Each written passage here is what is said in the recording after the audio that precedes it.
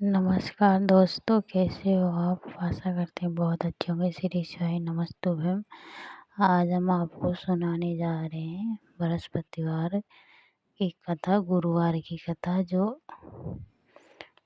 एक कन्या और उसके किस्मत पर आधारित है और भगवान विष्णु की ये कथा है। बहुत ही चमत्कारी, बहुत ही जो की कहानी है ये। जो रहता है धान, उसी से जुड़ी ये कहानी है। किसी नगर में एक ब्राह्मण व उसकी पत्नी रहती थी। ब्राह्मण रोज दान दक्षिणा लेके गांव में जाता था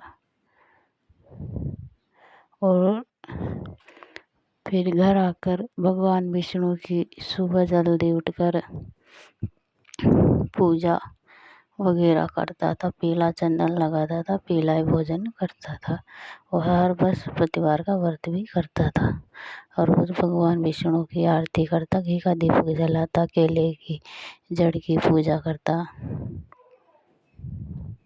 परंतु दुख की बात ये थी कि उसकी रानी को ये सब अच्छा नहीं लगता था। उसकी रानी जो है ना, बहुत आलसी थी, ना नहाती थी, ना धोती थी, बासी मुँह पानी खाना सब खाती थी, भोजन कर लेती थी। उसके बाद भगवान विष्णु की कृपा से उस ब्राह्मण के एक सुंदर सुशील कन्या उत्पन्न हुई। 9 महीने बाद तो वो कन्या भी छोटी सी एक ब्राह्मण की देखे देखे, अपने पिताजी की देखे देखे भगवान विष्णु की पूजा करने लगी। रोज भगवान विष्णु को घी का दीपक जलाती, पीला चंदन का टीका लगाती और खुद भी लगाती। उसके बाद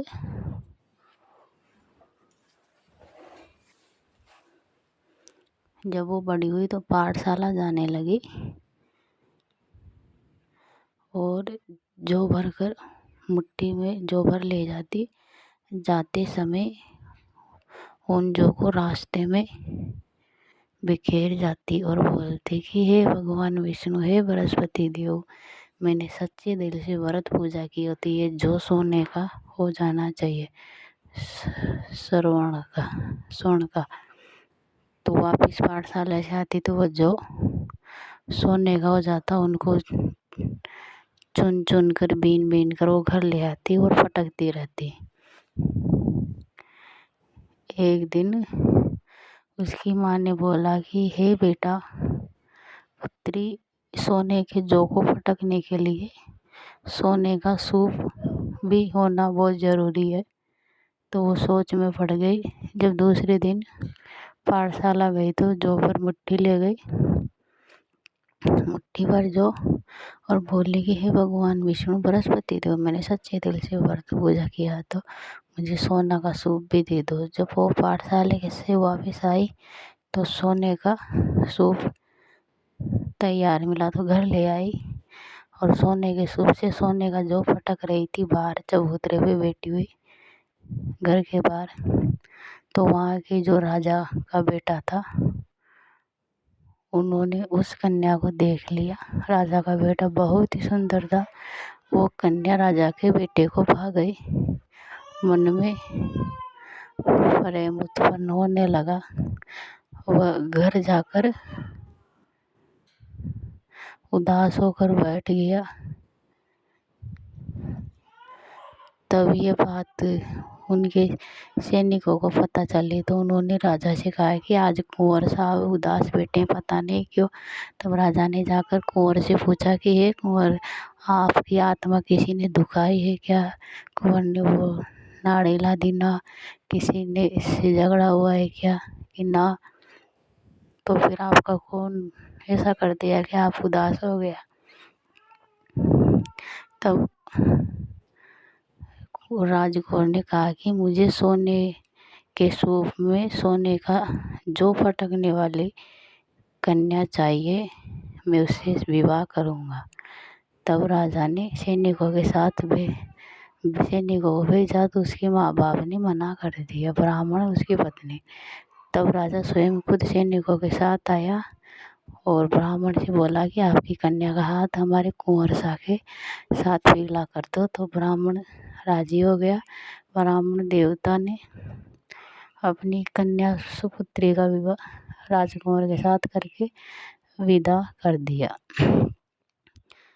कन्या राजमहल में चली गई और सुखी रहने लगी।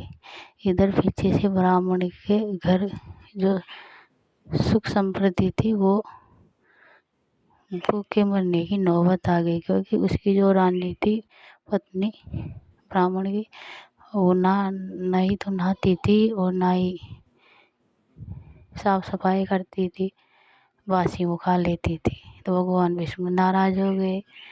तो कन्या के पिता उसके ससुराल गए।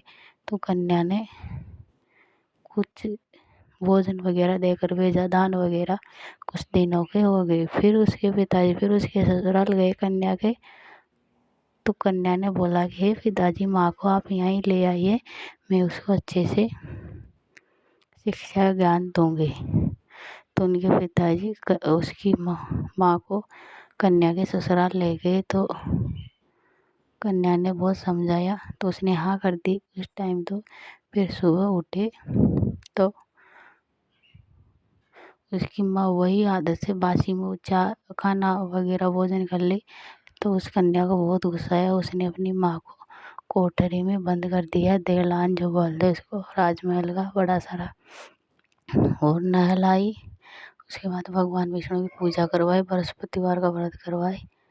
तब जाके भगवान विष्णु बृहस्पति देव खुश हुए और उसको धन धान्य से घर भर दिया।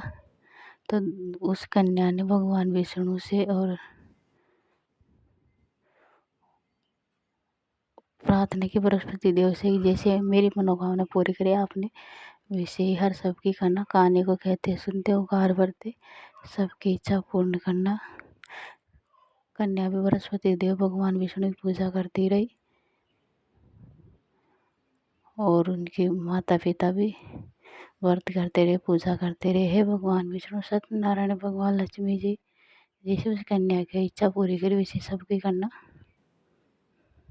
ओम नमो भगवते वासुदेवाय नमः। ओम बृहस्पति नमः। ओम बृहस्पति नमः।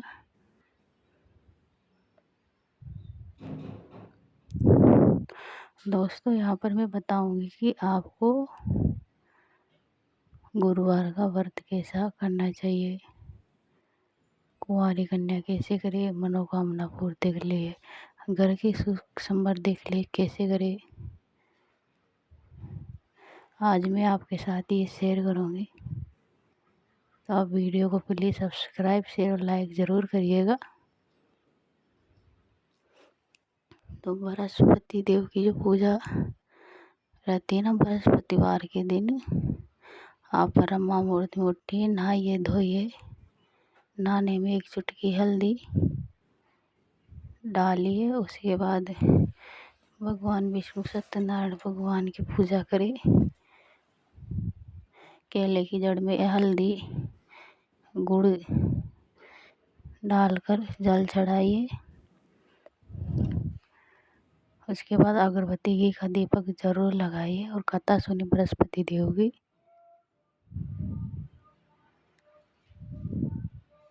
उसके बाद आप अगर किसी की शादी नहीं हो रही है तो वह रोजाना एक चुटकी हल्दी डालकर नहाइए, बृहस्पति देव का स्मरण करें, भगवान विष्णु का स्मरण करने से शादी जल्दी हो जाती है।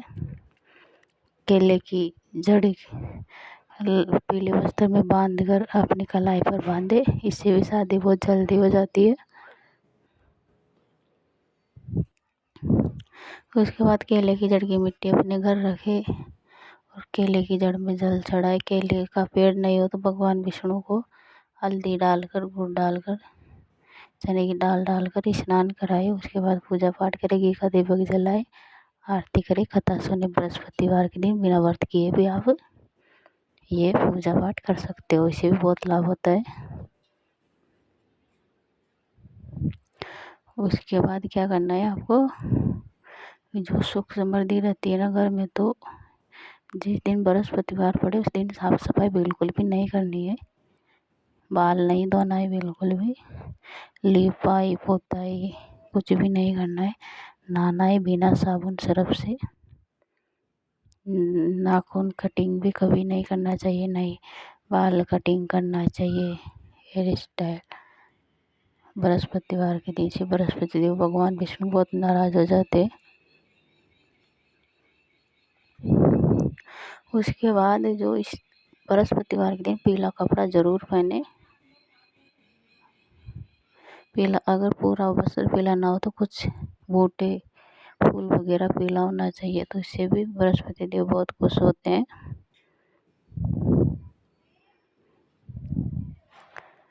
बृहस्पतिवार के दिन आप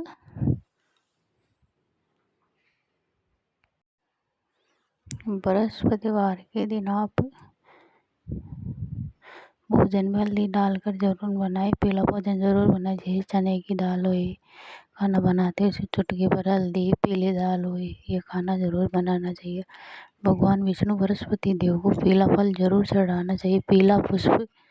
और जब भगवान विष्णु बृहस्पति देव की पूजा करते हैं ना, तो वो एक तुलसी का पत्ता, तुलसी के बिना भगवान विष्णु बृहस्पति देव का पाठ पूजन बहुत अधूरा है, तो एक तुलसी का पत्ता जरूर चढ़ाए, मुनक्का भी चढ़ाए।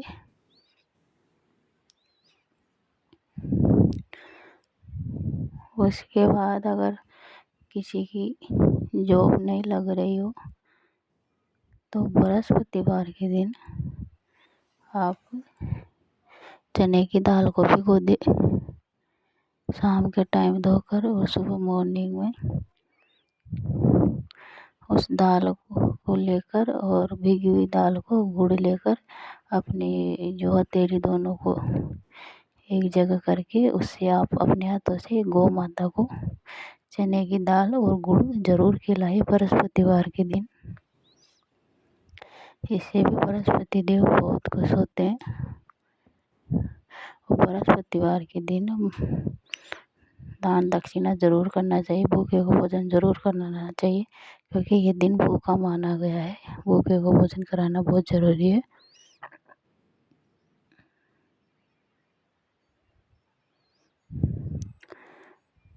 उसके बाद अगर आपको काम धंधा जॉब लक्ष्मी वृद्धि चाहिए, तो गुरुवार के दिन 1 लोटा जल ले ले, उसमें हल्दी,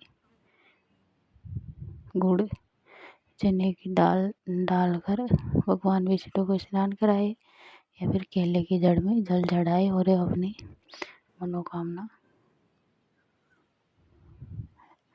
जरूर बोले। ऐसा आप 7 गुरुवार कर सकते हो, 21 गुरुवार कर सकते हो। आपको 1-2 गुरुवार में पूरा फर्क दिखने लगेगा। उस दिन आप किसी की बुराई चुगली कभी नहीं करें, बुराई चुगली तो कभी किसी की करना भी नहीं चाहिए, इंसान हो तो।